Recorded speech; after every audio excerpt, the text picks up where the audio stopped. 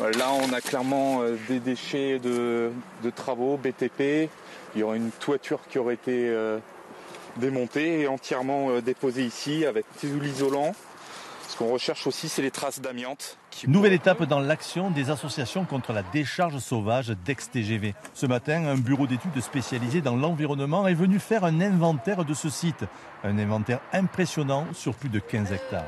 Du carton, du verre, de l'amiante fibrociment, des gravats, beaucoup de gravats, de déchets, certainement du BTP, du bois, des déchets végétaux, des déchets verts, des pots de peinture. On a même trouvé un bidon dans lequel rempli, on ne sait pas trop de quoi, d'une espèce d'hydrocarbure ou quelque chose comme ça. Pour l'association Déchargeons le plateau d'Aix-TGV, la situation est très inquiétante et même alarmante. On est en début d'été bientôt avec des chaleurs qui commencent à fortement augmenter.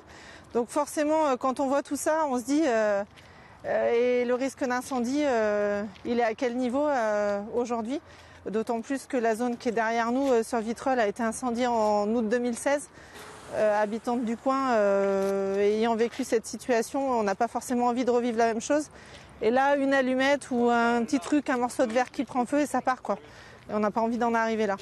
Plus de 16 000 personnes ont déjà signé une pétition contre cette décharge sauvage. Une action qui pourrait décider les collectivités à prendre des mesures. Le message a peut-être enfin été reçu. Ce matin, le sous-préfet d'Aix a convié toutes les collectivités concernées à une première réunion.